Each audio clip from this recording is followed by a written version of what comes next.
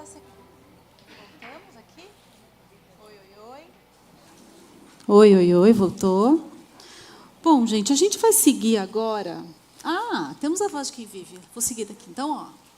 O que sempre tenho dificuldade, embora consiga depois de muita insistência, é com as medicações para controle dos efeitos colaterais da quimioterapia e da dor oncológica para uso em casa. Eu tenho uma sensação que quem mandou esse recadinho foi a nossa van, direto de Belém, tá? Eu até consigo, mas é a base de muitas idas e vindas. Contatos com ouvidoria, ligações, é sempre muito desgastante. Esse é um ponto que a gente discute muito, né, gente? Que é o acesso e a cobertura à terapia de suporte, tá? Então, no fim, acabo sempre recebendo tudo com atraso. Neste momento, ainda tenho solicitações de janeiro e fevereiro em aberto e as de março nem consegui dar entrada ainda. Então, como eu disse para vocês, a gente vai voltar o dia todo da programação, sempre trazendo os depoimentos de quem mandou para a gente. Bom, a gente vai conversar agora, né, acho que eu até falei um pouquinho na minha fala de abertura, do quanto a gente reconhece a importância de termos uma política nacional, né, de oncologia, mas a gente está sentindo muita falta da gente transformar essa política num plano de ação. Então, a gente foi atrás, né, de grandes especialistas que possam nos ajudar a conversar mais sobre isso, né? Como, então, tirar de um papel, criando, claro, um outro documento, mas que possa ser implantado, né, e implementado na ponta, né, em quem tem que se envolver para garantir que tudo saia e beneficie os pacientes, precisa ter um documento direcionador. Tá? Então, a gente vai começar ouvindo o André Carvalho, que hoje, né, é o vice-presidente da IARC. A gente conversou muito, o André queria estar aqui com a gente, né, Felipe? Mas ele mandou, então, uma forma, né, ele encontrou uma forma de contribuir, e o André foi muito cuidadoso comigo. Né? Ele falou, Luciana, o IARC fala de prevenção. Tá? Então, ele trouxe para a gente essa reflexão, né, da política de saúde à implementação de um Plano Nacional de Controle do Câncer, focando, tá, em prevenção e detecção precoce. Então, a gente vai ouvir o André, antes do Felipe.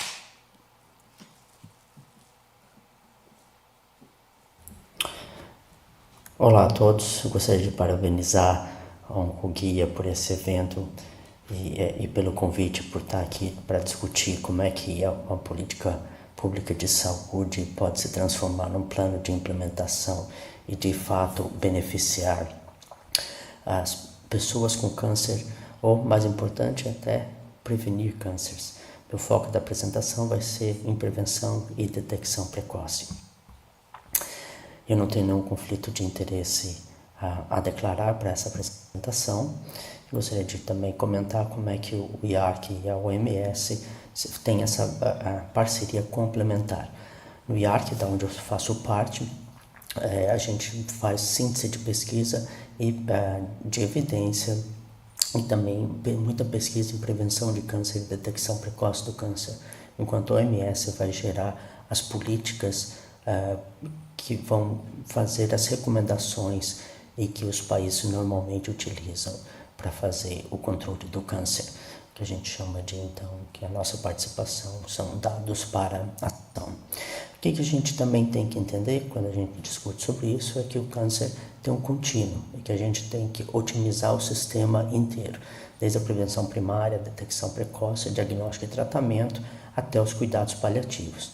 Eu vou focar um pouco mais a minha apresentação nos pontos 1 e 2 disso. O IARC tem trabalhado já há algum tempo, e na Europa já está na 5ª edição, e a primeira edição do Código Latino-Americano tem alguns anos agora, sobre os códigos mundiais contra o câncer.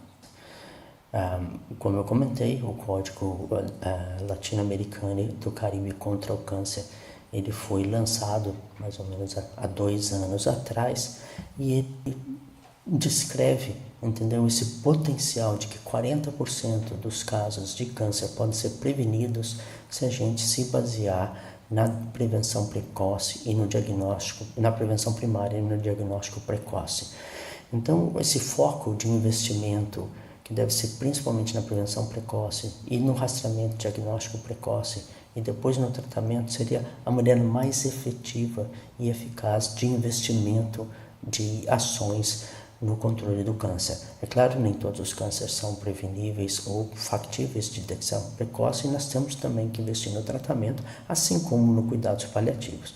Mas em termos de prioridade, a gente tem que repensar no potencial que a prevenção primária e detecção precoce tem. Está aqui só um slide do código, são 17 itens que podem ser preveníveis, que podem fazer a prevenção e diminuir a incidência e mortalidade de câncer com potencial de 40% dos casos. Eu vou agora também citar alguns exemplos de como é que isso funciona na prática. Eu acho que o exemplo de maior sucesso é o do tabaco, não só mundial, mas o Brasil à frente disso, em termos de controle do tabaco. A gente sabe que o tabaco é o principal fator de risco para o câncer.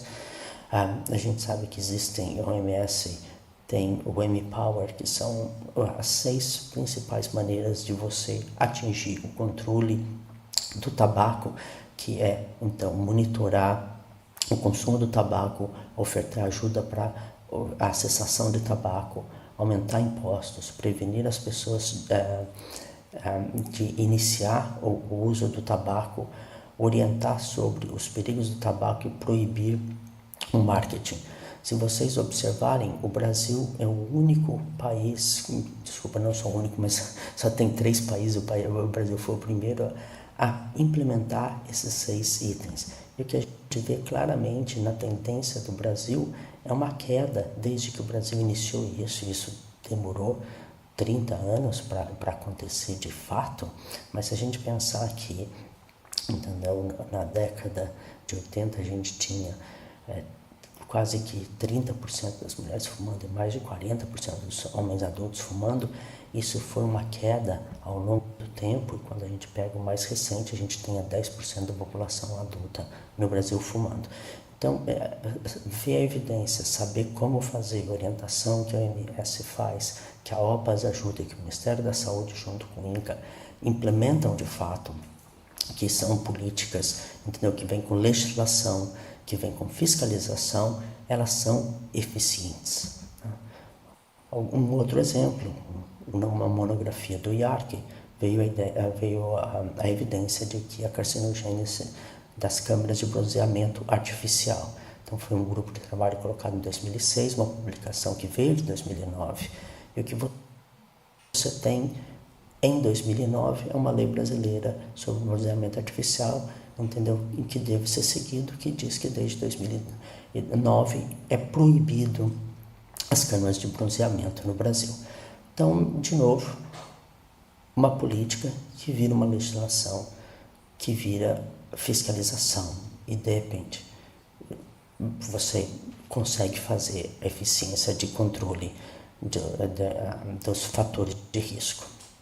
Mas nem tudo é tão simples assim. Então a gente hoje tem uma política, né, de controle do câncer, que ela define as diretrizes, que ela garante direitos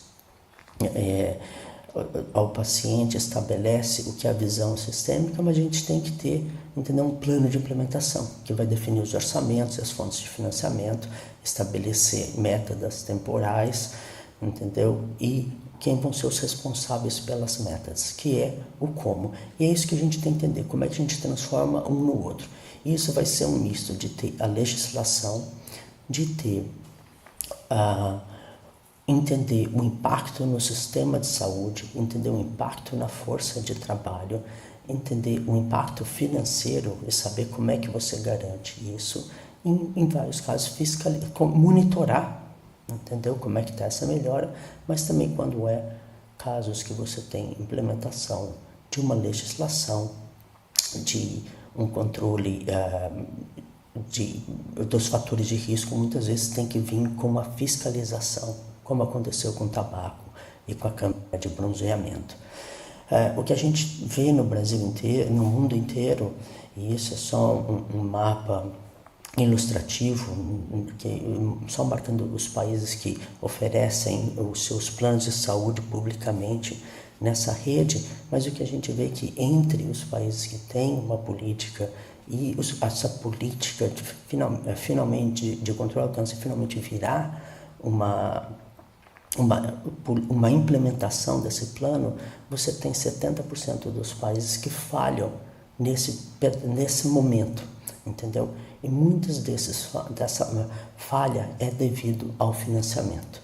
Vem um plano, você coloca o ideal que você gostaria de atingir, mas ele muitas vezes não é realista. E mais do que isso, ele não vem acompanhado de um financiamento. E quando você não tem essa conexão, você acaba não tendo a implementação. Como é que a gente tem que pensar nisso de uma maneira mais sistêmica? A primeira é a priorização, porque você tem uma lista enorme de tudo que você gostaria de fazer em relação ao controle, mas você tem que entender que isso leva um tempo para ser implementado. Você tem uma temporalidade que é conseguir financiamento, mas também algumas coisas são mais complexas para implementar. Como é que você vai priorizar? Entendeu? E aqui algumas coisas, alguns domínios que você tem que pensar nisso, né? Uma deles é qual é o impacto na saúde pública. Essa é uma das coisas mais importantes, é a redução da incidência e da mortalidade. Qual é o alinhamento estratégico, tá certo? Qual é a relevância epidemiológica, o foco dos tipos de câncer mais prevalentes, mas também a gente não pode esquecer qual é a equidade do acesso, a redução das disparidades sociais e regionais. E esses critérios juntos, eles têm que prevalecer na decisão do financiamento e da implementação do Plano Nacional. O foco é sempre o paciente, o impacto na melhora da incidência e da mortalidade do câncer no Brasil. E com isso eu gostaria mais uma vez de agradecer o convite e um grande sucesso aí nesse evento. Muito obrigado.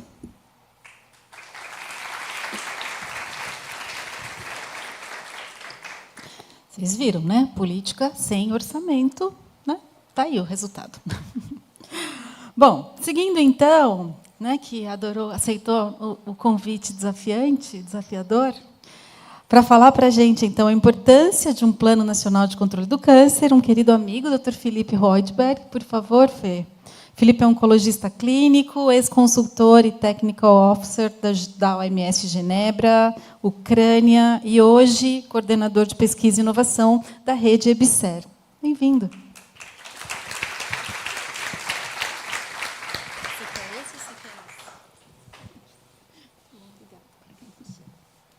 Tem 15 minutos? Tá bom. Gente, obrigado, Luciana. Obrigado a todos que estão aqui presentes. Então, cumprimento e gostaria de iniciar a fala celebrando esse momento e reconhecendo, né, a oportunidade de estar entre amigos aqui, a oportunidade de ter ouvido o André, que é um grande amigo. Curiosidade, gente, o André Carvalho, ele é filho dos maiores sanitaristas da história desse país, Gilson de Carvalho, que ajudou a construir o SUS naquela a Constituição que a gente teve democrática. Então, é o momento da gente reafirmar os nossos valores democráticos e onde que a gente quer olhar. Com todos os nossos desafios, acho que é um momento importante para a gente pensar nisso. Essa fala, eu vou fazer uma introdução bem rápida, ela parte de uma discussão, uma provocação, que é o que eu gostaria de trazer aqui, mais do que uma fala sobre números. O André traz números, a Luciana traz números, todo mundo traz com muita maestria. A ideia é trazer uma provocação de entendimento a respeito de priorização e plano de ação. O André Carvalho, ele fala sobre a nossa lei, e acredite, no mundo, nós somos praticamente pioneiros. Poucos países colocam com força de lei. E por que isso é importante? Porque tem uma instrução normativa, você é obrigado a cumprir. Se você não cumprir, o pessoal da Oncoguia vai atrás de você, né? Vai cobrar, porque os órgãos de controle vão atrás de você. Então, esse é um momento muito importante para a gente entender isso. Eu falei que a ideia era provocar um pouquinho a discussão. Para a apresentação, a ideia seja pessoal, fui convidado por causa disso, fazer uma pergunta para deixar para vocês, transformar ao invés de informar e promover o interesse. Então, essa é a ideia. Gente, começando nessa história da provocação, o que vocês veem aqui é um cenário um pouquinho de destruição no meio da floresta, é uma nuvem de fumaça. Para quem não sabe, isso aqui foi a primeira visão que eu tive quando eu cheguei na Ucrânia. Por que eu, oncologista clínico, fui parar na Ucrânia, gente? Porque eu fui inspirado e provocado por pessoas como o Thiago Farina, a Luciana Holtz e outros colegas que me levaram a buscar uma formação maior em saúde pública. Eu estava trabalhando em Genebra, eu tinha ajudado a escrever planos nacionais de controle de câncer para 15 países. Parece número de mentiroso, 15 é número de mentiroso, né? E aí, em algum momento, falaram, olha, vai faltar medicamento para câncer na Ucrânia e a gente precisa que você apoie o ministro a desenhar o plano de ação e o Plano Nacional de Controle de Câncer. Gente, estava há 5 anos parado esse plano. 5 anos. Foi assim em Moçambique? Não foi em Moçambique, não foi diferente. Foi assim diferente nas Maldivas? Não foi. Gente, eu fui para as Maldivas para ajudar a desenhar o plano de controle. Não é gostoso? Ruim não é, né? Eu devo ir para Bahamas em junho. Mostro para vocês as fotos. Então, assim, o lado bom de fazer saúde pública, a gente não ganha tanto, mas a gente se diverte, né? Mas, voltando aqui, e por que eu estou falando desses números todos? Porque é um processo da sociedade construir e ele depende de vontade política. Tem momento. Ele é induzido por força de lei, essas leis que a gente falou, pela força da sociedade que cobra, porque é uma pressão política. Quando vocês comparecem em eventos como esses, empoderam a Luciana. Eles sabem que ela tem 151 mil seguidores, é isso? Eu fui ver, está vendo? Guardei o número. Só no Instagram, gente. Você vê? 151. E isso é pressão, gente. A política, ela atende à linguagem, né, de pressão popular e de desejo. Pressão, de certa forma, é desejo.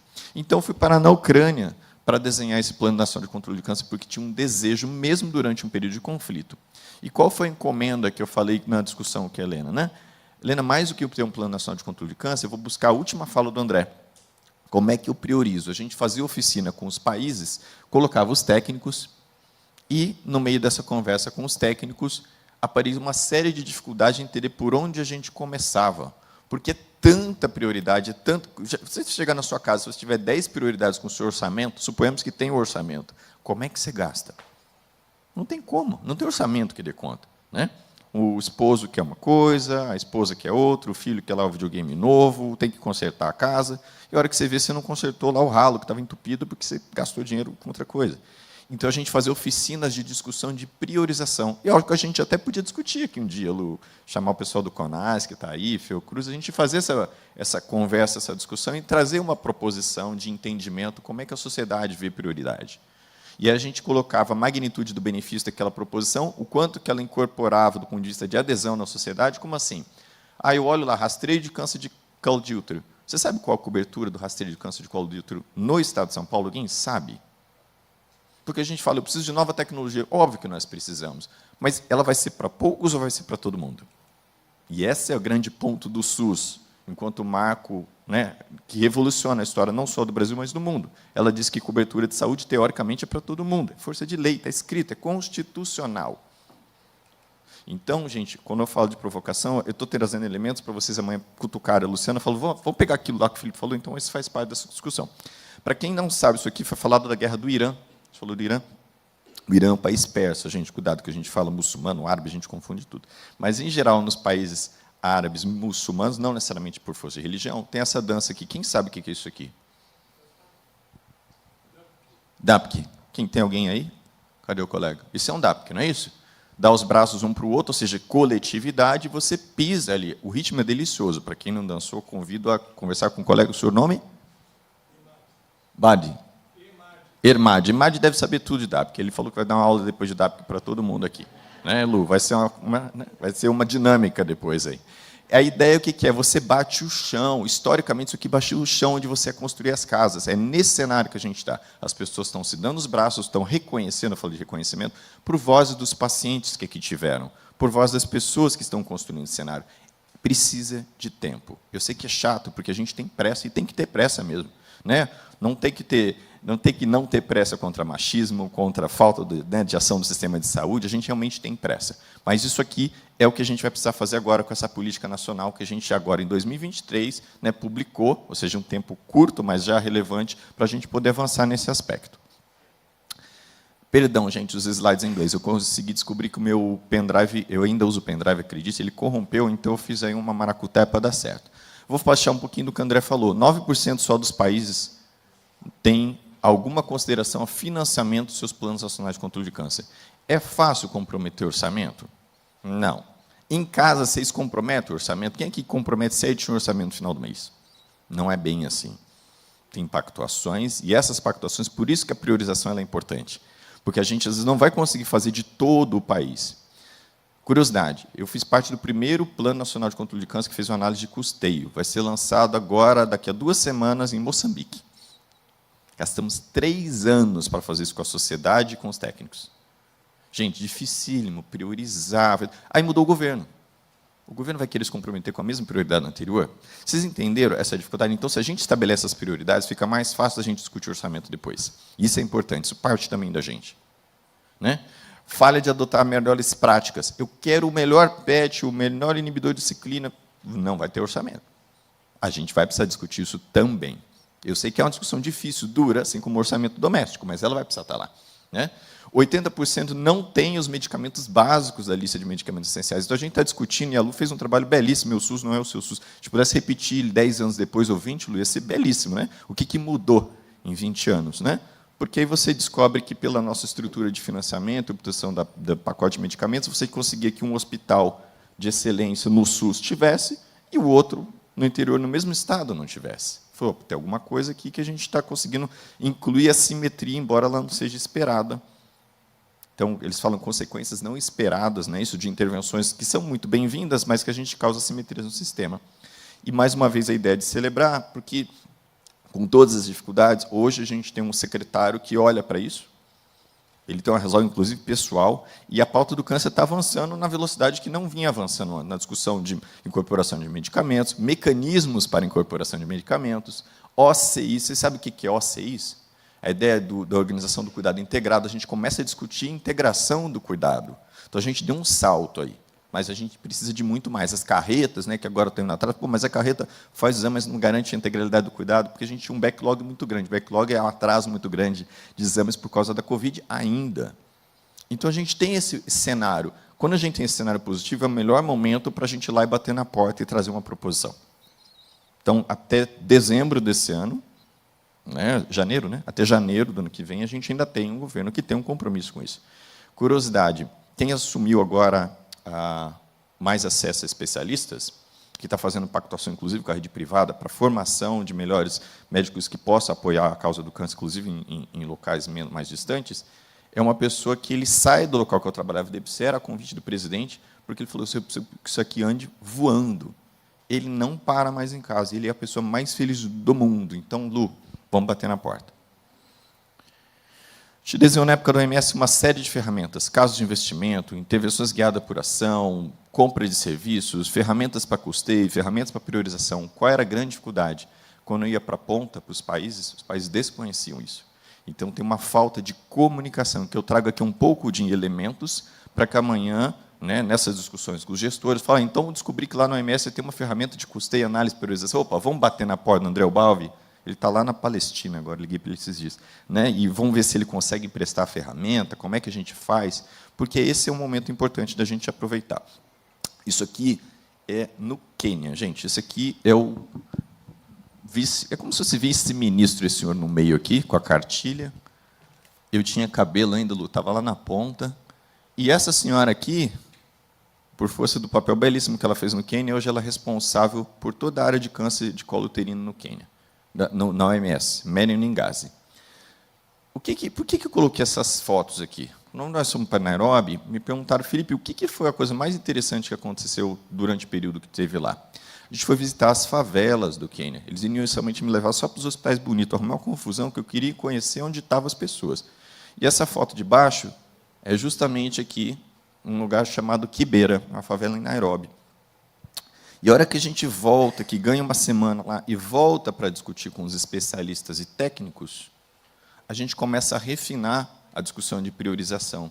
E eles revisitam todo o Plano Nacional de Controle do Câncer.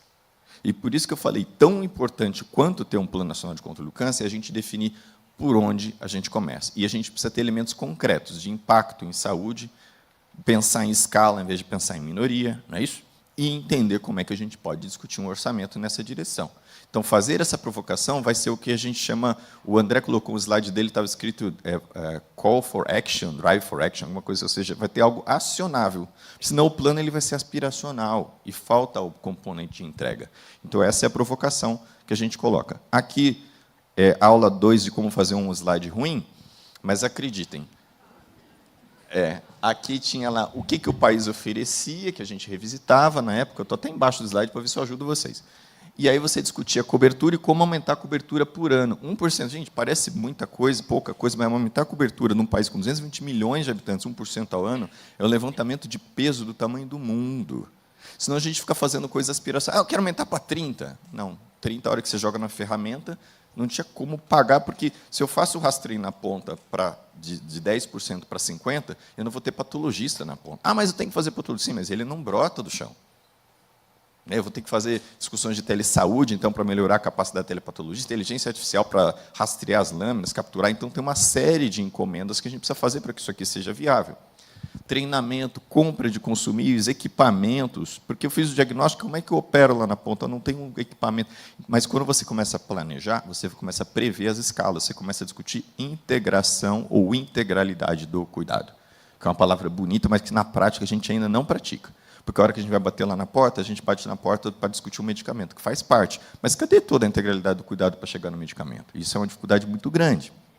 A gente projetava os custos, e olha aqui, acredite, 60% neste país, que a gente fez a projeção, e não é diferente na maioria dos países, do custeio é relacionado a pessoas. A eficiência do sistema ainda repousa em profissionais bem treinados, com tempo para te atender. E você pode ver que muitas das histórias de atraso do tratamento tem a ver não só com não ter acesso necessariamente à consulta, porque o número de funcionários muitas vezes era pouco, a agenda não cabia, mas ele poder te escutar, ele poder estar treinado, ele poder estar sensível. Não dá para pedir para a pessoa fazer uma consulta em 10 minutos e achar que ele vai ter. Não tem como. Eu não estou justificando, mas não é possível. Então, olha o grande investimento que a gente tem que olhar. Olha por que as OCIs são tão importantes. Por ampliar a oferta de cuidado.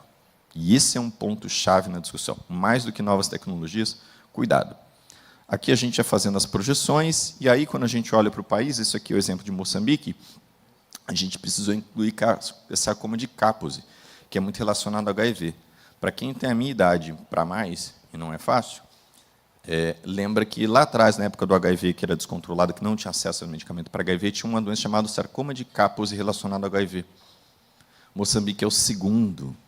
Então, é a desassistência do Estado em prover acesso a medicamentos básicos à população levava à segunda causa de tumor. Gente, o Brasil, o câncer de colo uterino é um dos mais prevalentes na população feminina. E, desculpa, vacinação, rastreio, agora a gente mudou, né, para HPV DNA, a gente deu um salto, saiu da questão do Papa Nicolau, e a gente dá um salto de qualidade para ampliar a aderência das mulheres. Então, a gente está falando, mais uma vez, da agenda da mulher. Da agenda da mulher.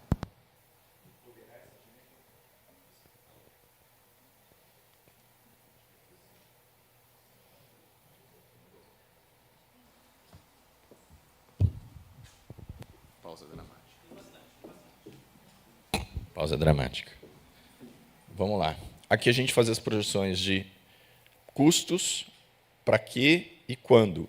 E aqui, isso até virou uma publicação, a discussão ela partia dos alvos, lembra que o André falou das metas?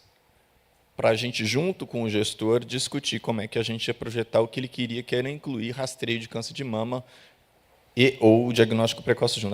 Na verdade, a palavra não é né? Diagnóstico precoce incorporando rastreio. Né? Rastreio organizado, populacional. Porque é fácil falar, eu quero rastreio organizado populacional. Aí você começava a projetar a tal da cobertura, dos equipamentos, tudo que era necessário, o custo, e aí você olhava, o ganho adicional era de 6%. Ou seja, de todo aquele ganho que sairia de 31 para 69, só 5, 6% era referente ao valor adicional de se fazer rastreio. Tradução disso, gente, o que mais precisava era ter profissional na ponta sabendo palpar uma mama, sabendo ouvir um paciente, sabendo referenciar para a biópsia logo. Aqui que estava o gargalo, não estava em ter mamógrafo. O valor adicional ele é substancial, mas ele perto do grande ganho, que é ter gente treinada em diagnóstico precoce, ele era baixo. Então, a gente começa, na hora que a gente faz as oficinas, a empoderar a discussão para dizer assim, então, ao invés de eu só pedir o inibidor de tal coisa ou medicamento X, Y, Z, que também são importantes, eu quero pactuar isso aqui. Eu quero discutir cobertura. Porque, senão, a minha colega vai ficar desassistida lá na outra cidade, eu vou ter que ouvi-la ano que vem aqui, porque na minha cidade tinha, mas na dela não tinha. E aqui a gente fala das metas para começar essa projeção, que é ter pelo menos 60% dos tumores diagnosticados, não é isso? Estádio 1 e 2. A gente está falando de detecção precoce e tem meta. E aí a Luciana começa a bater na porta dos outros e fala, a minha meta está longe, está 70. Então, na hora que eu projeto a prioridade está atrelada não só à provisão de serviço, o que eu vou comprar, mas onde que eu me comprometo? Eu me comprometo com isso aqui. Ó. É isso aqui que vai mudar a inflexão da curva de mortalidade do ponto de vista populacional e mais do que morrer. As pessoas que estão sofrendo, que estão chegando aqui de forma tardia. Então, isso é um ponto de atenção. Então, mais 60%, mais de 90% de cobertura, mais 60% dos tumores diagnosticados estádio 1 e 2, no caso do câncer de mama, e tempo para iniciar o tratamento menor de 60 dias. Isso aqui veio da lei brasileira. Então, a OMS usou o Brasil como referência para fazer isso aqui, só para vocês saberem. Primeira mão. E, a partir daí, a gente fazia diálogo, revisitava os dados com o país, revisitava o dado com o técnico da ponta. Por que revisitar? A primeira análise que a gente fez a discussão, vou dar um exemplo com Moçambique, quando a gente jogou para a projeção de custos e voltou, pedi para o meu chefe, eu posso falar em português com eles, porque ele conduzia as discussões. Eu falei, vou para Moçambique, vou falar em português, pessoal lá. Cultura, gente, mudou completamente. Eles interagiram mais e a variação de preço, no caso, ficou da ordem de 800%. É muita coisa, 9 vezes a diferença, simplesmente porque o diálogo mudou. Então, a gente faz uma série de discussões fantásticas sobre inteligência artificial, e vocês notaram que o que eu mais falei aqui foi diálogo, diálogo, diálogo, diálogo, construção. As outras ferramentas elas vão se apoiar no que a gente conseguir pactuar e construir enquanto sociedade. Aqui, mais uma vez, o processo revisitava todas as estratégias, né, de documentos técnicos, que é o que vocês veem lá em cima à direita, fazia o acompanhamento, né, isso, das metas baseadas no que foi pautado aqui da OMS, e, a partir daí, a gente desenhava a forma de desenhar o Plano Nacional de Controle de Câncer para esse país. São alguns dos países que eu tive a oportunidade de apoiar. Moldávia, África do Sul, Angola, Zimbábue. Vamos ver se um dia o Brasil, né, Lu? Adoraria poder fazer isso. Isso aqui nas Maldivas, eu não pus a foto da praia, gente, eu não podia.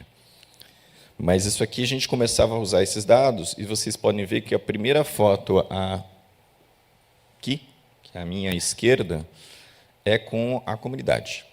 A gente começava o diálogo lá, para depois visitar as unidades de saúde, para depois sentar com o ministro, que é essa foto ali da ponta de cima, porque existia vontade política e momentum. Hoje, no Brasil, nós temos momentum.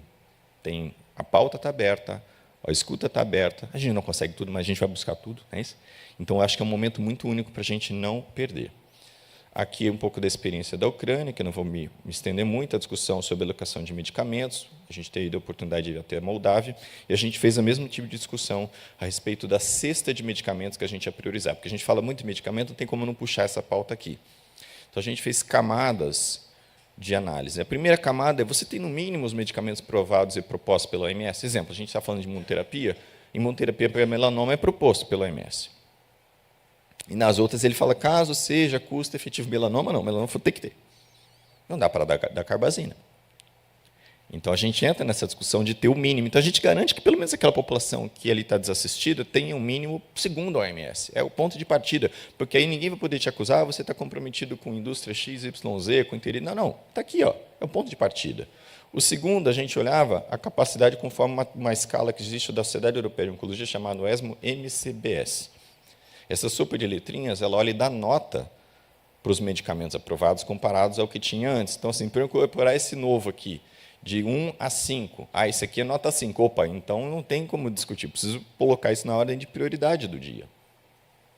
E outras análises que a gente começava a partir daí, repousado do ponto de vista de viabilidade. Eu dou um medicamento, se tiver uma toxicidade, o médico ou o sistema de saúde, o enfermeiro, né, vai conseguir apoiar aquele paciente quando tiver uma toxicidade? A gente precisa pensar nisso também.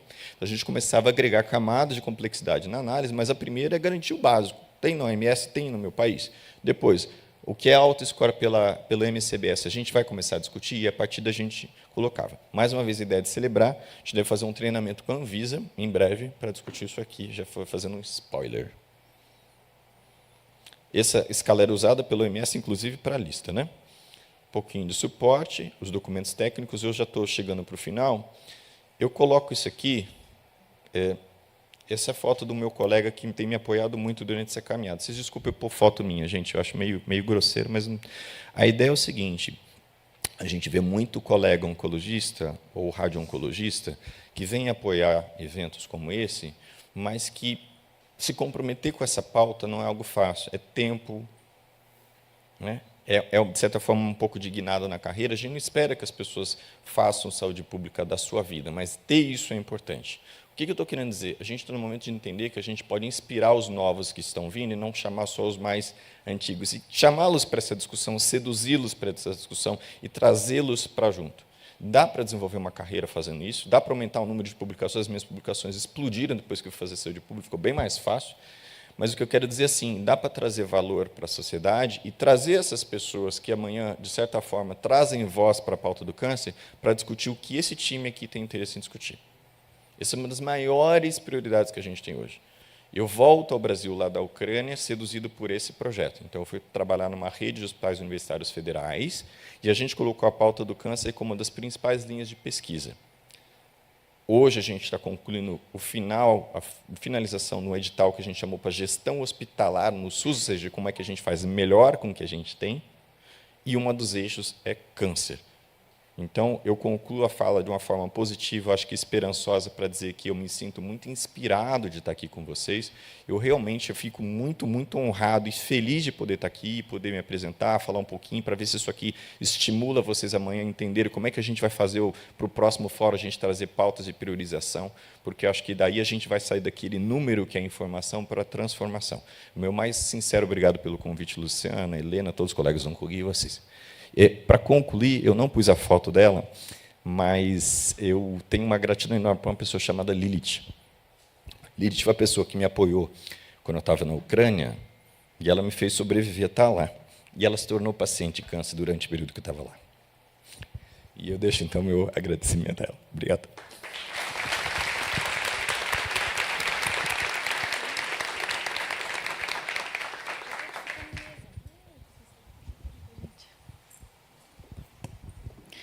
Bom, agora a gente vai conversar. Então, Lu, você volta para a mesa? Agora a Lu Vieira volta aqui, então, de assessora técnica do CONAS. Quero chamar também a Nathalie Pimentel. Por favor, Nathalie. Coordenadora Geral de Estratégias Inovadoras e Colaborativas da Atenção ao Câncer do Ministério da Saúde. Cadê a Helena? Vem, Helena, para a mesa.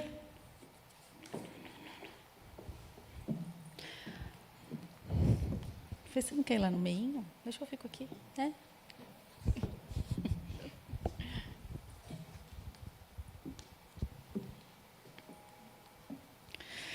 Bom, vou aproveitar, então, Nathalie, que você chegou com a gente aqui, né, depois de juntos assistirmos a aula do Felipe, né, do André. A gente está se propondo aqui a pensar mesmo, né, após uma publicação tão importante, como o Felipe mesmo falou, né, temos uma lei, então, de câncer. A gente vem falando disso, né, Lu? A importância da gente tirar isso do papel, né, e falar mesmo de plano de ação. Queria te ouvir um pouquinho. Então, primeiro, muito obrigada por estar aqui com a gente, né? Qual tem sido a sua avaliação hoje, né? Pensando hoje sobre um plano nacional de ação, conectando um pouco do que o Felipe trouxe, como que você vê, né? Assim, as coisas, podemos pensar que as coisas estão começando a sair do papel?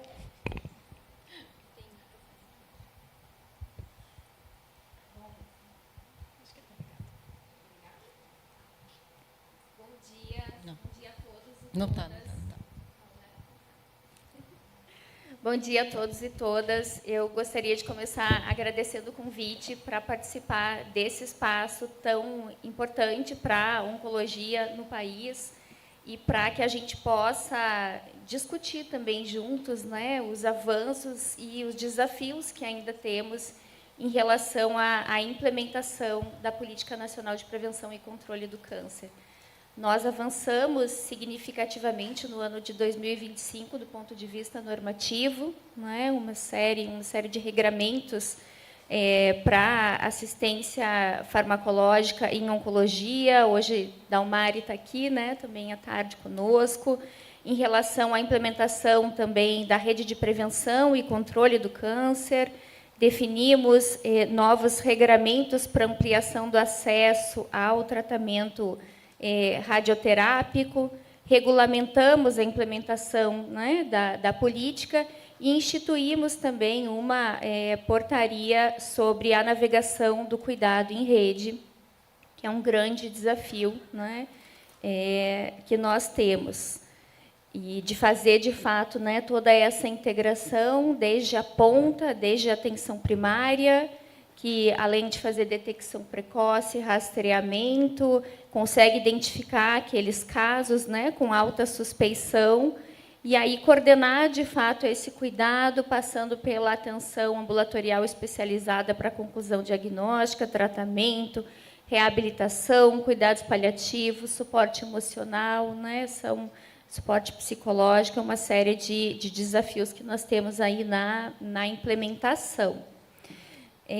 Eu queria contar um pouquinho, né, eu não sei, vai rodar, né? Eu não sei quanto tempo eu tenho.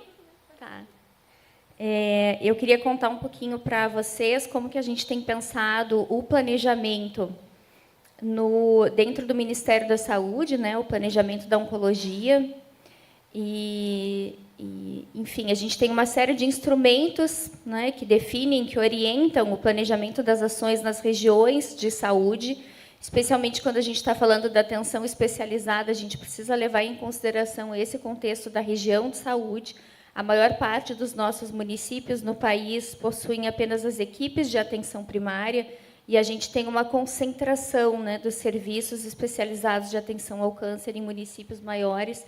Então, esse é outro desafio, de organizar a atenção à saúde nesse contexto regionalizado. Então, hoje, é muito importante, né, que a gente consiga garantir essas discussões da oncologia dentro do PRI, né, desse planejamento regional integrado nas regiões de saúde, e de uma forma de que isso comece pela atenção primária, que a atenção primária, de fato, possa identificar, né, quais são os seus principais gargalos para conseguir garantir, né, toda a ordenação da rede. A portaria de redes, depois à tarde eu vou mostrar um pouquinho para vocês, né, como que isso foi, além das normativas, o que a gente tem pensado para a implementação de cada uma delas, mas eu queria destacar aqui agora um trecho, né, da portaria da Rede de Prevenção e Controle do Câncer, que se refere à necessidade da implementação da rede, que ela se dê a partir de uma construção conjunta entre CONAS, CONASEMES, Ministério da Saúde e Ministério da Saúde representado por todas as suas secretarias, porque a pauta do câncer é uma pauta extremamente complexa e é uma pauta que vai muito para além, né, da atenção primária e da atenção especializada. Ela perpassa, né, também a formação, como bem colocou Felipe, né? Ela perpassa a formação, ela perpassa a pesquisa, a inovação, a incorporação de tecnologias. Então, essa portaria, né, a portaria de redes, ela definiu que é necessário, então, que nessa relação tripartite, o Ministério da Saúde, junto com CONAS e CONASEMES, como eu coloquei, elabore um plano de ação, que a gente tem chamado de plano operativo. E Luciana é a representante, né, do CONAS, que tem feito essas discussões conosco. E esse plano operativo, ele precisa, então, descrever concretamente, né, para além do que, de fato, é como implementar de uma forma muito concreta quais ações vão ser realizadas, né, pelo conjunto de atores, pelo conjunto de secretarias do Ministério da Saúde para a implementação da política. Então, esse grupo ele vem se reunindo com o intuito de finalizar a elaboração do plano, né, e também com o intuito de, após o plano finalizado, fazer, de fato, um monitoramento, porque esse é outro aspecto que eu acho importante também destacar quando a gente faz um planejamento, né? Em muitos territórios a gente tem visto, inclusive o plano de atenção oncológica, né, é um plano que todos os estados precisam elaborar. Ele, em muitos territórios, ele fica engavetado, né? Porque se a gente for olhar para as normativas de redes, né, que existem hoje já publicadas, é importante que a gente leve em consideração a governança, né?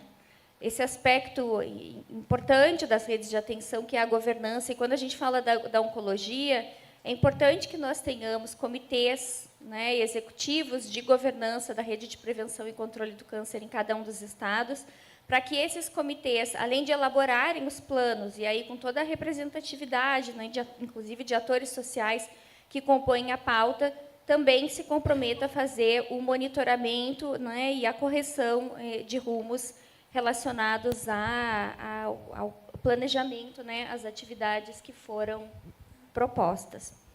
Eu acho que, para iniciar, né, a discussão, eu queria dar esse contexto, né, em relação às políticas e esse movimento interno. Então, de uma forma resumida, eu queria destacar que a gente tem esse movimento de governança interna ao Ministério, de elaboração desse plano operativo, e os estados, né, têm essa tarefa também de pensar o seu plano de atenção oncológica, conectando diagnóstico, tratamento, navegação, enfim, todos os componentes, né, que compõem essa rede. No mais, respondendo um pouco, né, a pergunta de por que planejar, eu acho que, em primeiro lugar, é importante planejar para que a gente possa, de fato, traduzir em ações concretas o que a política nos coloca como forte intenção, para que a gente possa também focalizar ações, acho que o Felipe falou um pouco disso, né, também, e focalizar, né, definir prioridades e focalizar ações baseadas em evidências. Eu queria destacar a importância desse ponto também, ainda mais quando a gente fala de políticas públicas e de orçamentos limitados. Então, de fato, a gente precisa focar no que vai trazer, né, maior impacto do ponto de vista de custo-efetividade. É importante que a gente possa pensar também, né, em termos epidemiológicos, quais são os cânceres mais prevalentes, né, para a definição de prioridades. E também é muito importante pensar, né, o planejamento nos ajuda a olhar para aquelas populações que são mais vulneráveis também. Então, do ponto de vista de garantir equidade, o planejamento também se torna um instrumento essencial. Acho que, para começar a conversa, né, para começar o nosso debate, seria isso. Muito obrigada. Obrigada, Nathalie. Vou passar para você, Lu. Acho que desde o começo, né, que a gente participou juntas aí de todo o processo de discussão da PNPCC, o CONAS sempre foi muito vocal, né, algumas vezes você, pessoalmente, em torno dessa questão da necessidade de um plano operativo. Né? O que você escuta, né, dos estados, né? Me fala um pouco, né, de dores, desafios, né, de como é que, por exemplo, essa fala do Felipe, né, se conecta com essas dores, né, do dia a dia de quem tem que, né, tirar, né, do papel a PNPCC e oferecer serviço, cuidado e atenção para um paciente. Bom dia de novo. Acho que tem alguns pontos que são bem importantes que a gente traga, né, para conhecimento de todos.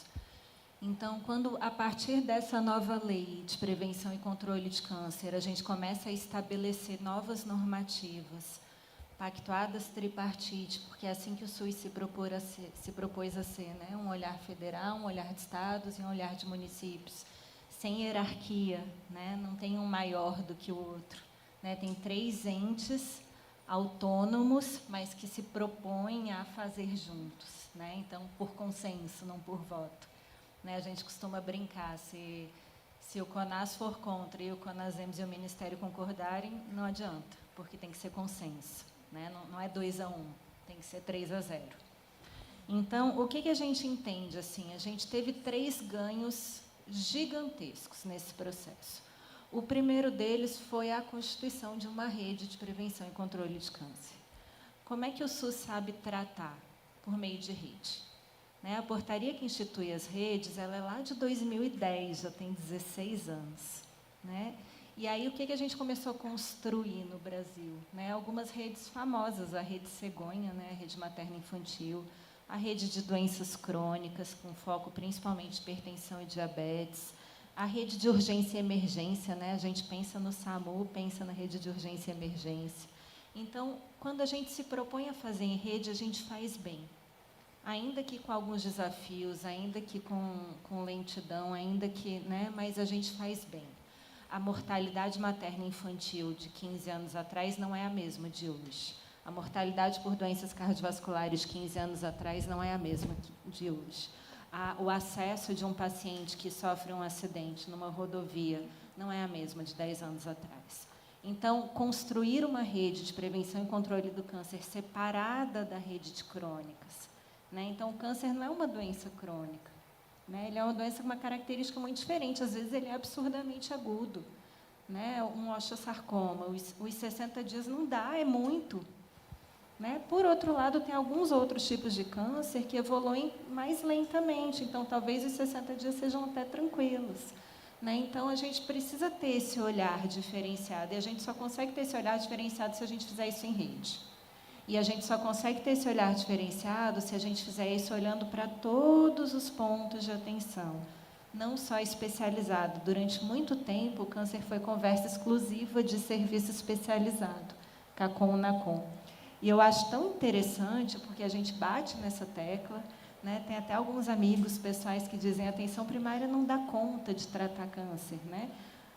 A atenção primária não dá conta de tratar um câncer metastático. Agora, de fazer um diagnóstico precoce de um câncer de colo de útero, ela tem que dar conta.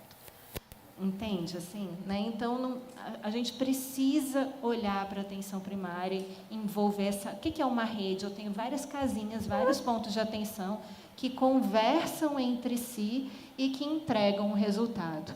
Isso começa na atenção primária, passa pelo componente especializado e volta para a atenção primária, né? O Dr. Roberto Gil, do INCA, sempre me fala isso: Lu, eu tenho 6.000 pacientes com câncer de mama tomando tamoxifeno há 5 anos que eu não consigo devolver para a rede, porque tem efeito velcro, porque a gente se sente inseguro, eu quero continuar colado no especialista, mas não precisa, né? Para você manejar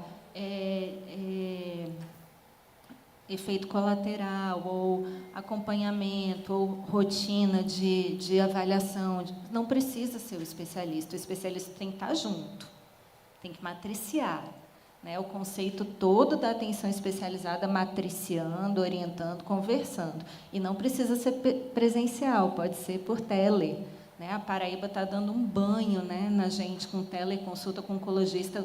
O pessoal da atenção primária identificou a alta suspeição 48 horas a primeira consulta com o oncologista, com tele. E todos esses pacientes navegados. E aí, quando eles identificaram esses pacientes, eles zeraram fila de quimioterapia. Porque é o que o Felipe falou, muitas vezes não é só falta de serviço, às vezes é falta de organização.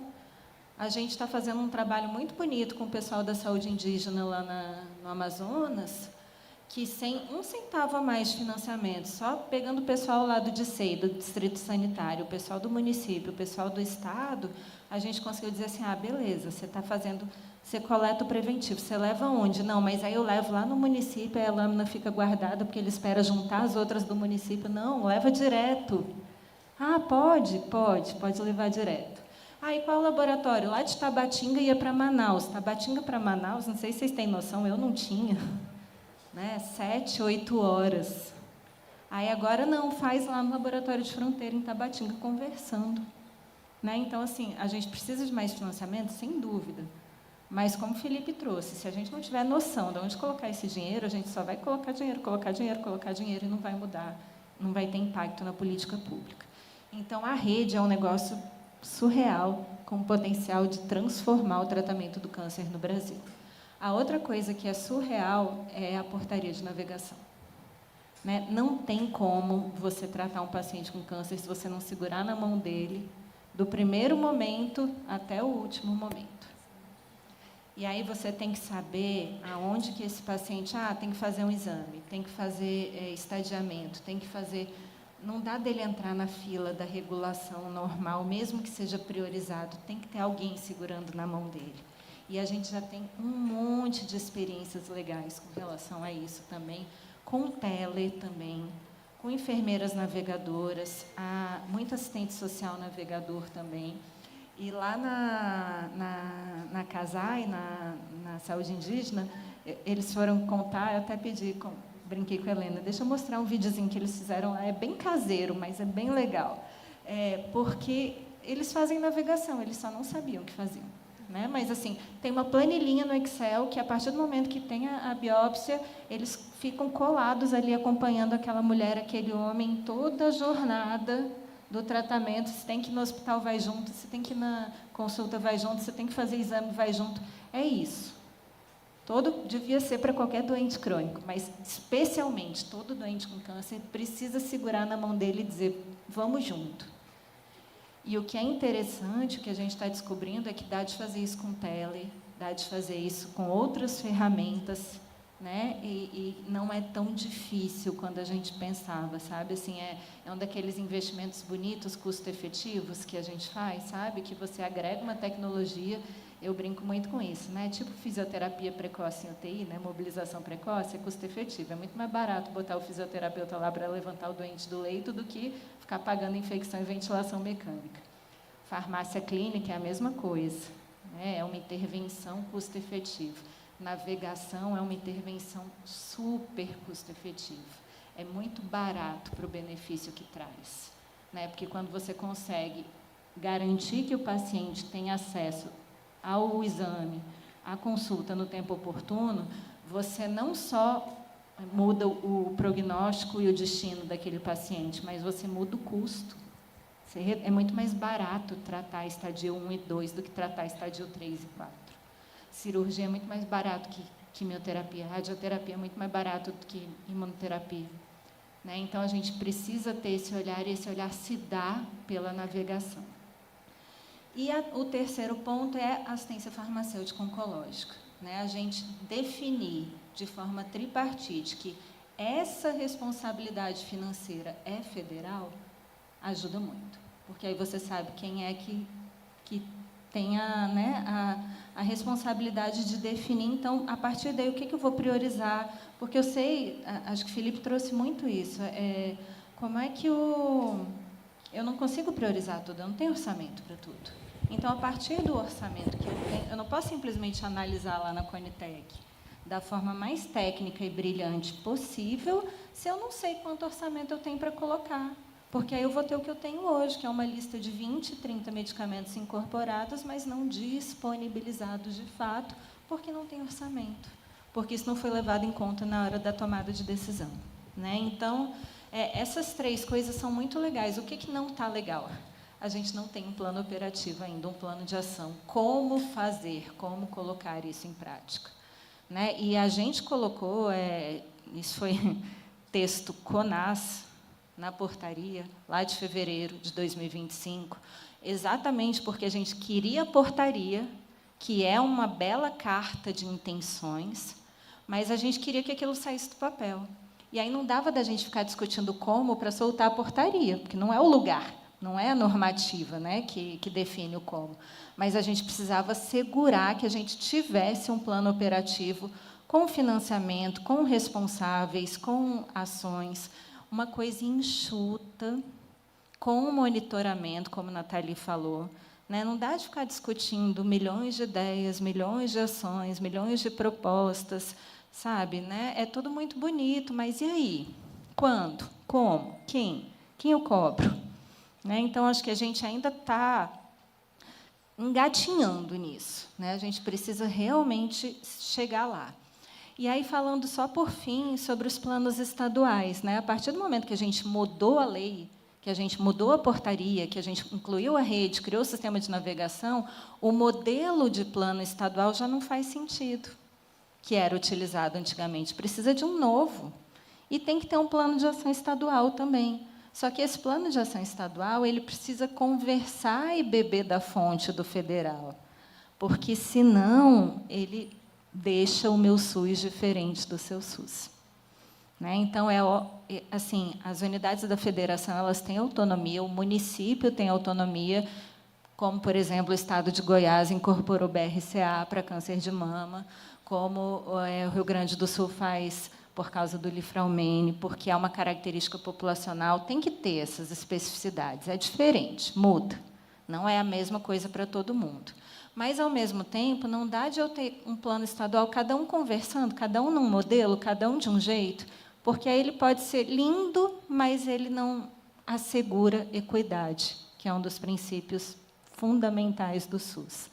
Né? O Felipe falou das OCIs, né? O que a gente sofre ainda?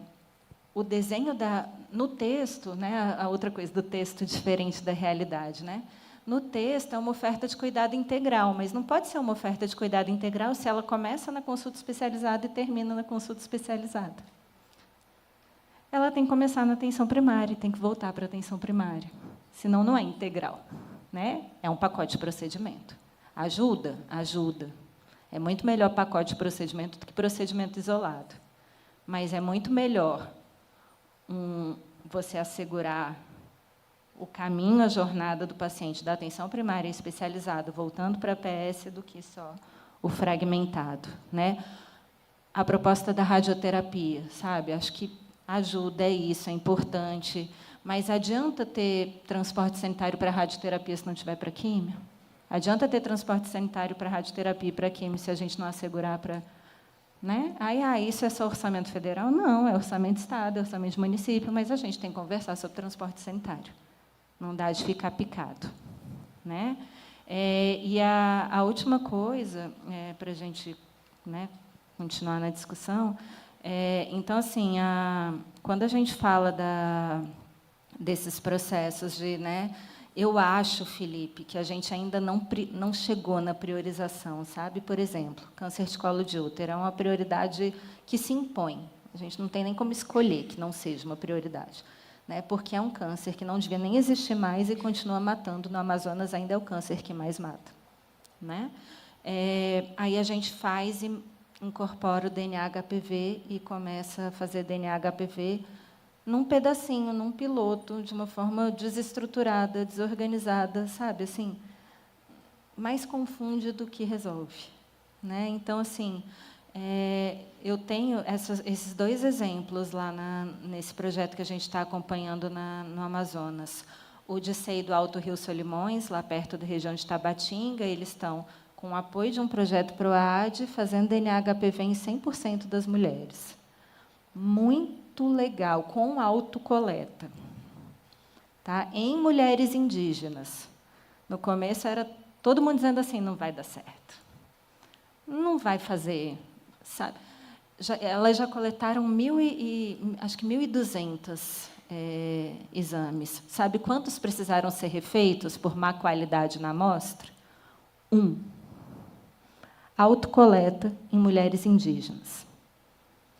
Então, assim, sabe, só que aí, beleza. Aí, lá no DICEM Manaus, ainda não tem DNA HPV, ainda é citopatológico tradicional. Mas aí, quando a gente sentou e organizou o fluxo, organizou a casinha, não sei o quê, também deu certo. Né? Então, assim, DNA HPV é melhor? Muito, muito. Né? A gente tem que mudar isso para ontem. Mas, enquanto a gente não muda, tem que mudar o que está rodando agora. E se a gente não mudar o modelo de coleta, de rastreio, de acompanhamento pela atenção primária, de sistema conversando um com o outro, se eu fizer a carreta e essa carreta não mandar o resultado lá para o postinho de saúde onde a mulher é acompanhada, e se essa informação não chegar para o programa de navegação que o Estado está organizando, como dizia um amigo meu, não fez vantagem. Porque aí você tem o quê? Uma das coisas que eu acho que é quase pior do que não ter diagnóstico, que é você ter o diagnóstico e não fazer nada com ele. Né? Assim, você tem o exame, você tem a mamografia, você tem o citopatológico, você tem a lesão de alto risco e você não monitora, você não acompanha, você não inicia tratamento. Né? Então, eu acho que esse plano operativo, assim, ele não pode ser outra bela carta de intenções, ou outra bela colcha de retalho de boas pequenas ações que estão sendo feitas, que são legais, mas será se elas vão ter impacto? Né? Se eu só comprar mamografia e não treinar o povo, adianta? Você trouxe 5%, 6%. Né? Então, assim, se a gente não usar uma ferramenta, acho que a gente ainda não conseguiu fazer isso, sabe? Assim, e aí não é meia-culpa coletiva, não, né? Não tem um responsável, somos todos responsáveis. A gente precisa entender qual vai ser o modelo desse plano de ação, o que a gente vai priorizar a partir do orçamento que a gente tem, né? E como que a gente vai entregar isso e monitorar para que, de fato, faça diferença, chegue lá no chão de fábrica, na vida da pessoa. Né? Senão, é mais uma bela carta de intenções.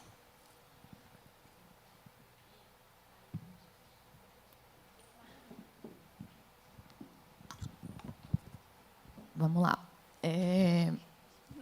A gente vai passar, inclusive, o vídeo, viu, de Manaus, para todo mundo conhecer. Já, para quem ficar de tarde, né, com a gente aqui, vai ver melhor como vai ser, como está sendo, né, essa experiência lá super bacana deles. Mas, Lúcia, ouvindo falar, e Nathalie também, né, acho que eu sempre fico com uma angústia quando a gente discute. Realmente, o CONAS sempre trouxe muito a questão do plano operativo, e tem isso, né, previsto na portaria, dando a entender que a gente, uma hora, vai ter que ter um plano operativo. Mas, quando a gente para olhar a política, né, a lei, que a gente aprovou lá em 2023, e Tiago sempre comenta muito disso, assim, tem coisa pra caramba que está previsto ali, né? Então, a gente vai falar de prevenção, de detecção precoce, vai falar de nutrição especializada, vai falar de todos os tipos de tratamento diferentes, reabilitação, cuidados paliativos, está tudo ali. Ela é super robusta, né? Ela é um grande guarda-chuva, de fato. E aí a gente começa a ter as regulamentações, e cada um vai olhando ali para um ponto, né? Tem um programa inteiro de navegação que está previsto ali na política, tem um sistema de informação inteiro também conectando e juntando os dados disso tudo.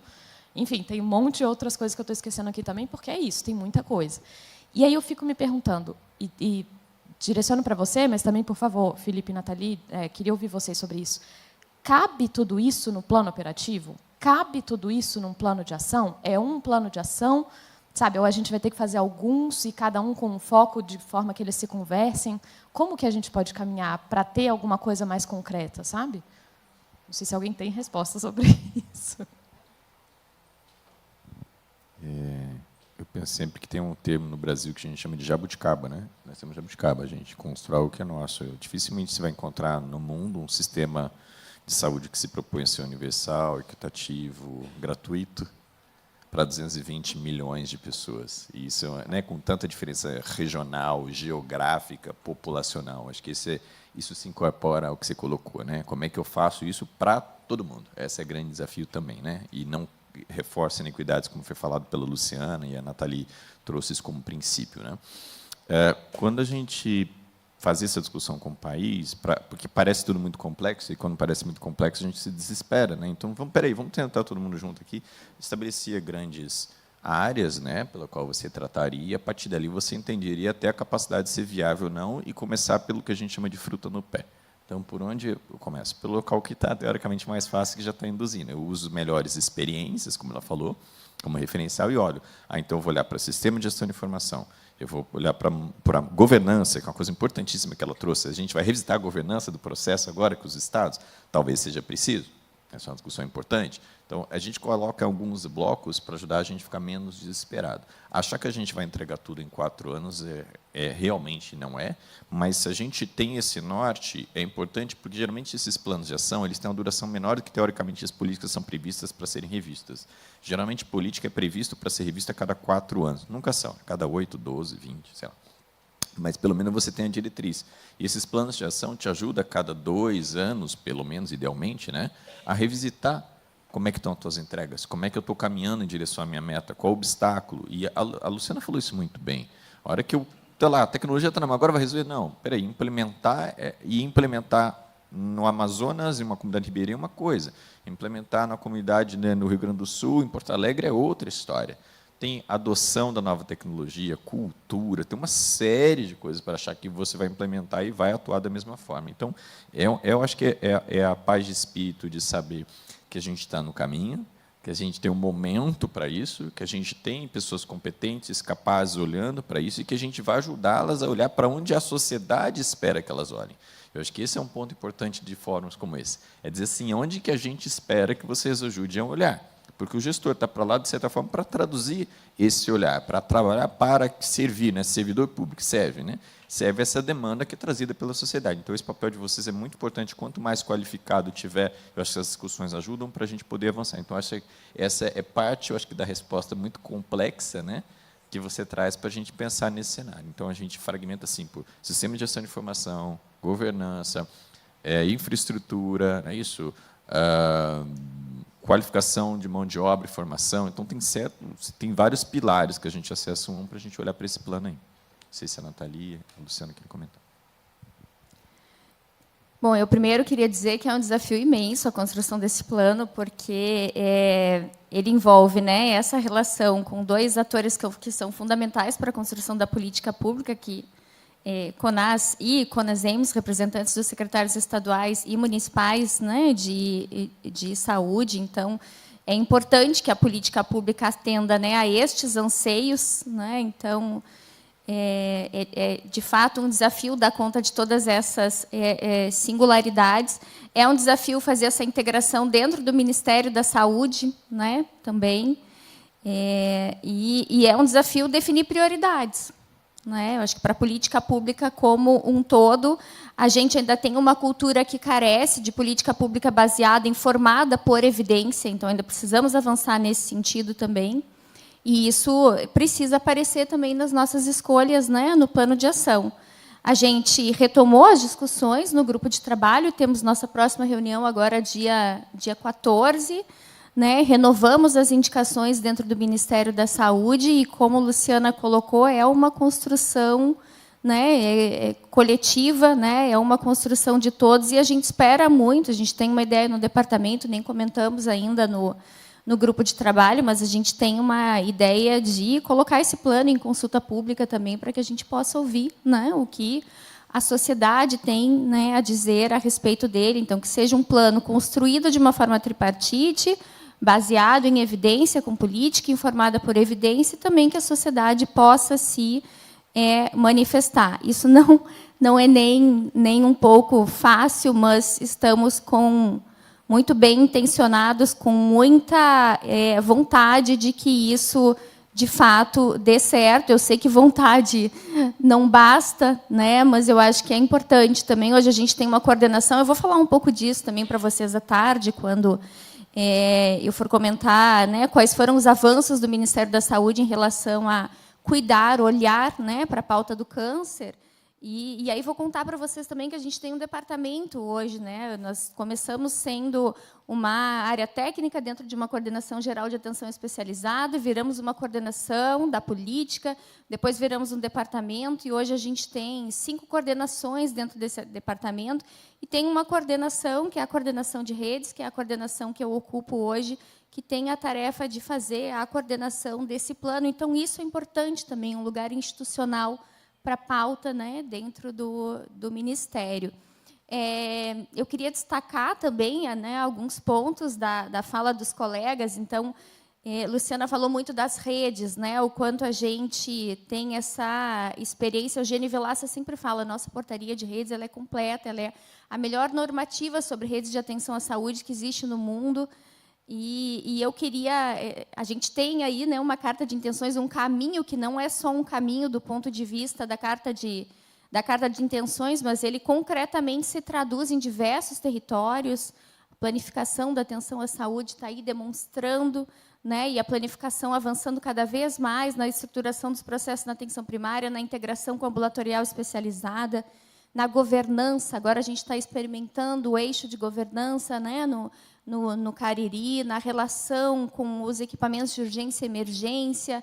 Então, temos, de fato, experiências muito exitosas no país, e eu queria destacar que a rede ela é feita das pessoas, né? E eu acho que isso faz sentido também com o que tu colocavas, Felipe, né, que depende muito das pessoas, da capacidade das pessoas de negociarem o seu processo de trabalho, de negociarem esse cuidado compartilhado e de se apoiarem mutuamente na rede de atenção. Então, Luciana falava do quanto a gente olhava, né, do quanto a atenção ao câncer estava centrada no serviço de atenção de alta complexidade. Ainda é muito centrado lá, mas o nosso desafio é fazer, inclusive, os serviços de alta complexidade olharem para a rede. A gente fez uma oficina com os UNACONs, com todos os UNACONs. Nós temos cerca de 300 UNACONs no país, reunimos todos em oficinas regionais no final do ano passado, para ouvir deles como que eles entendiam que era o seu papel, qual era o seu papel na rede de atenção. Porque a gente sabe que os UNACONs eles se fecham, né? Muitos nem fazem diagnóstico, fecham a porta e dizem, só recebo aqui com diagnóstico. Mas é isso? né? O UNACOM não tem uma responsabilidade com a regulação do acesso, com ajudar a definir casos prioritários para o acesso, ajudar a pactuar casos prioritários para o acesso, protocolos de regulação do acesso, né? A gente, falando um pouco dos desafios da rede aqui também, nessas oficinas dos UNACOMs, nós ouvimos os UNACOMs dizendo todas as urgências e emergências são encaminhadas para o UNACOM e tem uma série de urgências oncológicas que podem ser tratadas pelas UPAs, não precisam vir, né, para o UNACOM. Tá, mas qual é a responsabilidade, então, do UNACOM em relação a isso? Matriciamento, pode fazer matriciamento para a UPA, pode fazer matriciamento para a atenção primária, pode ficar na retaguarda para atender os casos. Isso é a rede, essas são as conexões das redes, né? E é nisso que a gente tem investido, e por isso a gente tem achado importante os comitês de governança nos estados e comitês de governança que olhem para o seu território, para a implementação das linhas de cuidado no seu território e para como essas linhas de cuidado se conectam, porque as nossas portarias dizem o que a atenção primária precisa fazer, a ambulatorial especializada, a especializada, mas como que isso se conecta, né? E a gente tem hoje uma série de oportunidades para essa conexão, uma delas é o telesaúde, né?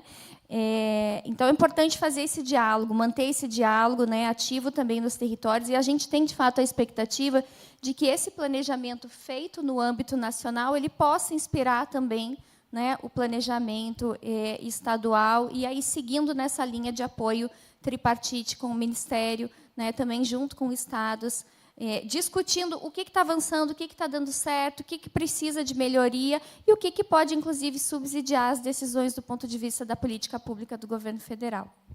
Obrigada. Eu estou agoniada porque o tempo esgotar. A gente tem mais 10. Então, assim, eu vou fazer uma última pergunta para os três aqui. Eu ouvi, num evento que eu fui na semana passada, até de um ex-ministro da Saúde, uma resposta, né? Fizeram uma pergunta para ele assim: né, tem tanta coisa para fazer, o que você acredita que dá para acontecer no próximo ano? E ele respondeu: nada. E eu quase tive um colapso. Falei: não pode ser. Eu vou fazer essa pergunta para vocês. O que dá? Né, já que o Felipe falou tanto de priorização, você acabou de dar uma ótima notícia, Nathalie. Estou entendendo que temos um plano de ação sendo construído, né? E, inclusive, com consulta pública, né, para a gente poder opinar. Queria ouvir de vocês, para não falar uma, quem sabe 2 coisas que vocês acreditam que nos próximos 12 meses pode acontecer. Quer começar, Lu? Eu posso começar. Por favor. Não é o nosso ritmo do Ministério da Saúde, Dalmari está ali, né? A gente quer que muita coisa aconteça ainda esse ano, né? E eu vou falar um pouco disso também na minha apresentação, do que vem sendo construído e de quais são os próximos passos, mas a gente tem iniciado, né, um diálogo. Fizemos uma reunião na semana passada que me deixou bastante feliz com a Secretaria de Saúde Digital, para pensarmos formas de conectar sistemas para uma possível ferramenta ou uma plataforma para a navegação do cuidado em rede. Então, acho que isso, né, tem uma perspectiva de avançar. Tem uma série de regramentos que estão sendo definidos em relação à portaria da assistência farmacológica em oncologia. Né, publicamos uma portaria no ano passado que trouxe um spoiler de uma série de inovações que estão para surgir em relação à assistência farmacológica. Dalmari provavelmente vai falar disso. Então, esses regramentos, né, muito provavelmente serão publicados nesse ano. Em relação ao acesso à patologia, a gente tem uma expectativa muito grande de que, né, o projeto do Supercentro de Diagnóstico também avance e ajude estados e municípios a reduzirem a sua fila para anatomopatológico.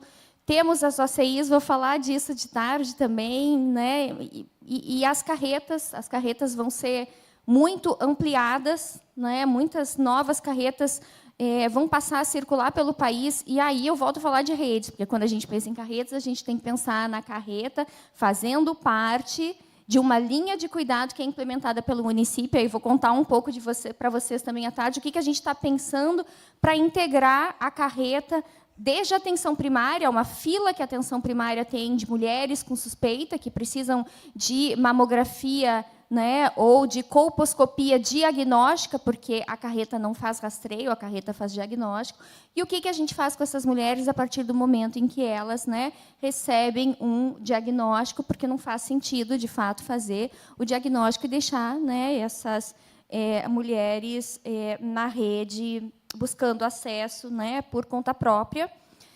Temos uma expectativa muito grande também de trazer profissionais dos serviços de atenção especializada para nos ajudarem a pensar a incorporação de tecnologias e a elaboração de protocolos de diretrizes assistenciais, né? Essa é uma discussão que começou com o José Barreto, né, nosso antigo diretor, e que a gente tem expectativa de que possa avançar também esse ano. Tem um cenário, como o Felipe colocou também, nós temos um secretário, né, que tem uma forte vinculação com a pauta do câncer, né, e tem colocado um ritmo aí bem intenso para que o DECAN consiga avançar, né, nessa pauta. Tem a incorporação do DNA, né, da testagem molecular, que tem uma série de desafios para a aquisição dos testes, máquinas de citologia reflexa. A gente sabe que aquelas mulheres, 10%, né, das mulheres, todas as mulheres que tiverem HPV nos subtipos altamente oncológicos, 16 ou 18, vão precisar passar por colposcopia. Temos gargalo do acesso à colposcopia, e a gente sabe que e aí as carretas vêm para ajudar nesse gargalo, e a gente sabe que 10% dessas mulheres que passarem pela testagem do DNA molecular, da testagem molecular do DNA HPV, vão precisar fazer citologia em meio líquido. Temos máquinas para citologia em meio líquido no país? Não temos, mas estamos adquirindo para o segundo semestre. Então, eu vejo muitos desafios, mas vejo muitas perspectivas também, né? Então, eu discordo desse ministro. Que bom, que bom. Tá bom.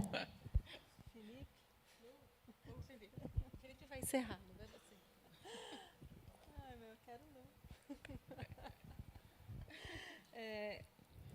Eu acho uma pergunta difícil, sabe, Lu? Porque, de novo, uma coisa são as nossas intenções, outra coisa é a nossa capacidade de entrega num país continental, com 5.571 municípios, né? Assim, chegar em um local, em um estado, é uma coisa, né? Agora, você dizer que você sabe o que a gente consegue resolver nesse ano, né? Eu vou aqui sair em duas zonas de conforto, né? Assim, acho que a gente tem, de fato, pela primeira vez, né, Dalmário, uma relação de medicamentos oncológicos. E isso é uma coisa que a gente já começou a entregar. E eu acho isso muito importante, porque Felipe trouxe da relação mínima da OMS, né? A gente construiu um processo que é muito robusto, por um lado, de análise, de incorporação na Conitec, mas que não fechava o ciclo, né? Assim, não assegurava que aquele medicamento que foi incorporado chegasse, de fato, à população. Então, quando a gente começa a ter uma relação de medicamentos oncológicos, quando a gente tira isso da APAC, que é aquele instrumento de pagamento da oncologia, né, que era responsável por, né, eu falo, era aquele saco, a bolsa da Mary Poppins, né, porque ali na APAC tinha que caber tudo, da consulta, ao exame, a equipe multiprofissional, ao quimioterápico, à imunoterapia, tudo tinha que caber, né? A morfina, tudo tinha que caber ali na bendita da APAC, né? Quando a gente começa a tirar o medicamento, que é o mais caro, e começa a olhar para ele isoladamente, entender qual o impacto dele no tratamento, qual o impacto dele no prognóstico do paciente, se de fato, né, porque a gente sabe que se é lá no hospital lá da Dona Mariazinha, que é financiado pelos sertanejos, que chega o tratamento, ou se lá no hospital que oferta tratamento no Amazonas, que não tem sertanejo, lá no Pará, que só tem carimbó, se chega do mesmo jeito. né? Então, a partir do momento que a gente começa a ter uma lista concreta de medicamentos, né? Entende quais que são de responsabilidade de aquisição direta pelo governo federal, quais que cabem na conta da APAC. Então, o NACOM tem que se responsabilizar, tem que assegurar que aquele medicamento seja ofertado, né? Quando a gente tem essa relação, eu acho que a cobrança, a capacidade da sociedade de entender, de analisar, de estar junto, né, do gestor, de assegurar que aquele prestador está cumprindo o que foi contratualizado, né? Porque quando a gente olha assim, por exemplo, já está lá para você secar com o NACOM, você já tem a obrigação de supervisionar, de matriciar, ninguém faz, mas já está lá escrito, né? Na resolução antiga, né? A mesma coisa assim, a emergência oncológica, né? Primeiro, o que é emergência oncológica, né? Acho que neutropenia febril e mais uma, duas, três coisas é emergência oncológica. O resto é emergência em paciente oncológico, né? Porque paciente oncológico, por incrível que pareça, também tem febre, também tem gripe, também tem quebra o pé, também tem colecistite, né? Mas aí parece que quando você é oncológico, né, o povo não sabe mais tratar. Eu teria medo também. Eu trabalhei 15 anos em UTI terapia intensiva. Às vezes chegam uns doentes que você fala assim, meu Deus, e se eu fizer alguma coisa errada? Né? Agora, se você tem alguém que você pode ligar, e a gente tem experiência muito boa com isso hoje, com eletrocardiograma, com telelaudo, né, com a própria as UPAs que ligam para cardiologista para definir conduta de infarto com supra, sem supra. Né? Então, se você tem um oncologista para você ligar e dizer assim, doutor, me ajuda. Chegou um paciente aqui, é um câncer triplo negativo, ela está com uma febre, mas não tem leucopenia. O que eu faço? Né? Se você tem isso, faz muita diferença. Então, isso já está previsto, a gente só não faz. Né? Como é que a gente assegura que aconteça? Então, assim, de novo, respondendo a sua pergunta, concreto, eu acho que a gente começa a chegar nessa relação de medicamentos oncológicos e entender o que é um medicamento oncológico, o que tem que estar nessa lista, de quem é a responsabilidade, se é do CACOM, se é da aquisição centralizada. Eu acho que isso é uma coisa que a gente consegue entregar, a gente já está entregando. E a outra coisa ela é mais filosófica, mas é porque eu como professora, não posso sair disso, fazer propaganda dos coleguinhas. O pessoal do CONASEMS, que é o Conselho de Secretários Municipais, eles fizeram uma parceria com a Secamargo para um curso de capacitação para atenção primária em oncologia, que já está acontecendo. É um curso robusto, de 80 horas, EAD, mas com a linguagem da atenção primária, sabe, para, a partir de um documento belíssimo que o Ministério fez, que é o Manual de Alta Suspeição para câncer em adulto, um documento que eu brinco, ficou mais bonito que o do Reino Unido, que para mim já era lindo, sabe? Assim, então,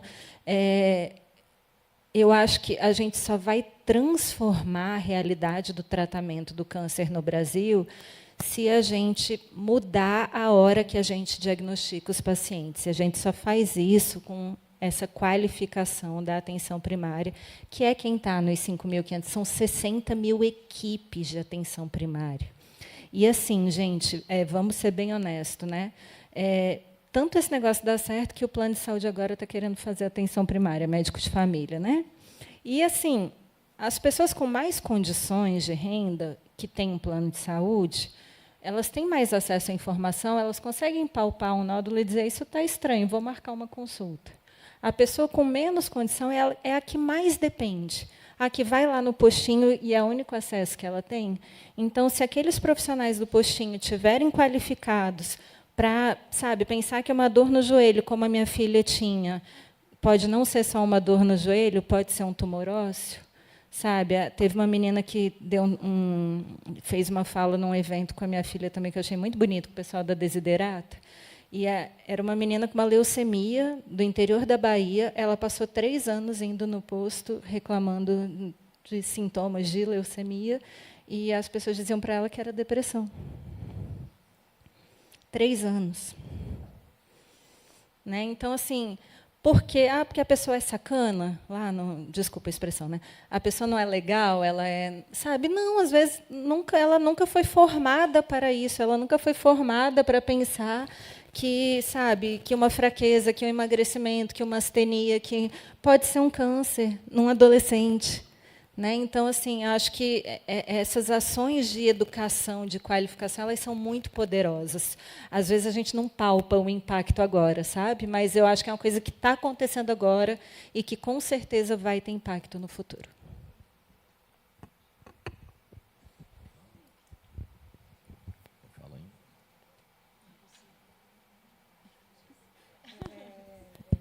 Você quer o meu? Oi, gente. Acho que encerrou, então. Foi. Acho que tá. Foi? Tá Alô? funcionando. Agora sim. Gente, encerrar é a pior situação possível, né? Vocês passam por isso ou não? Eu me lembro muito de um cidadão chamado Gonçalo Vettina, que foi um dos fundadores da Anvisa. Estava ele, José Gomes Temporão, que é o ex-ministro da Saúde, e me colocaram, acredito, nessa discussão. E o Gonçalo olha para mim e fala, não sei o que eu vou falar. Não fala você, Felipe, depois eu te ouço, depois eu falo. Situação horrorosa, né? Então, quando tem pessoas bacanas e brilhantes. Gente, tirando isso, eu só vou retomar onde eu comecei. Eu gosto da ideia, né? Eu fiz uma provocação para vocês da gente conhecer, reconhecer e celebrar. Vocês estão num momento único histórico, né? O 16º Fórum Nacional Oncoguia. Vocês constroem a história da política pública no Brasil que incorpora a visão dos pacientes, o desejo dos pacientes, as demandas.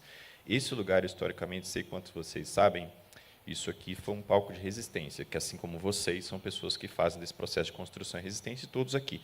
Né? A gente sabe que a gente teve um cenário, provavelmente vocês não sabem, foi convidado a voltar para o Brasil para assumir a Coordenadoria Nacional do Câncer. E, na época, tinha acabado de reduzir o orçamento em 45%. Eu liguei para um ex-ministro, que é quem me chamou depois para voltar, e falei, você está maluco, você não vai ter como trabalhar lá. Eu falei, não, mas eu vou. E o momento não aconteceu, e hoje eu estou de volta para trabalhar para vocês. Então, primeiro, eu termino, concluo a minha fala reconhecendo que esse local, que é histórico, que é o Tuca, foi um local de resistência durante o período da ditadura militar. Isso aqui foi construído em 65, os estudantes foram perseguidos aqui, foram levados para o DOPS, que não é longe daqui. Né? E aqui também, igualmente, tem um momento bonito. Aqui foi encenado Morte e Vida Severina, do João Cabral de Melo Neto, pelo Chico Buarque, na época, não sei se vocês sabem disso, uma das peças mais bonitas. E o João Cabral de Melo Neto só deixou o Chico fazer, a única pessoa que ele deixou, o Chico já acho que 20 e pouquinhos anos, brilhante. Né? E acho que o terceiro momento é isso aqui. Né? São vocês construindo esse momento, junto com o pessoal que é do Ministério da Saúde, do CONAS, a Luciana, porque, no final do dia, gente, a interlocução com quem importa, os pacientes, a sociedade, o Oncoguia está fazendo. Então, ele traz os colegas do Ministério, do CONAS, para que vocês saibam de coisas que a gente não sabia, até mesmo para saber cobrar. Você falou que estava ali, mas não está funcionando muito bem assim. Né? Então, esse elo com as organizações, né, não governamentais, que a gente mudou o nome, né, o Oncoguia, é muito importante. É muito importante que tenham mais de 151 mil seguidores no Instagram, não é isso? Porque vocês lá colocam a opinião, a voz, a Lu ouve e faz essa translação. Então, para mim, eu acho que para todo mundo aqui é um privilégio estar aqui. Eu acho que eu concluo, às vezes eu fazer uma fala técnica, colocar para isso, do ponto de vista técnico, só do que a gente discutiu, na época do OMS eu tive o privilégio de ajudar a construir aquela ferramenta, que ela ajuda a criar cenários de sensibilização, ou seja, se eu coloco essa nova tecnologia, o quanto que ela aumenta com essa cobertura, quanto aumenta de custo e de pessoas que vai precisar. E eu acredito que isso possa ser um elemento, eventualmente, nesse processo de construção da análise de priorização e do plano de ação, que possa apoiar. Então, fica aqui uma ideia para os colegas, eu deixo algum elemento aqui que a gente possa, eventualmente, se apoiar no que já foi feito em outras práticas, outros países. E, mais uma vez, agradecer Helena, agradecer Luciana Holtz, agradecer especialmente vocês por estar aqui comigo hoje e estarem juntos aí, dançando o DAP aqui para a gente construir essa política nacional de câncer. Obrigado. Obrigada, gente. Muito obrigada.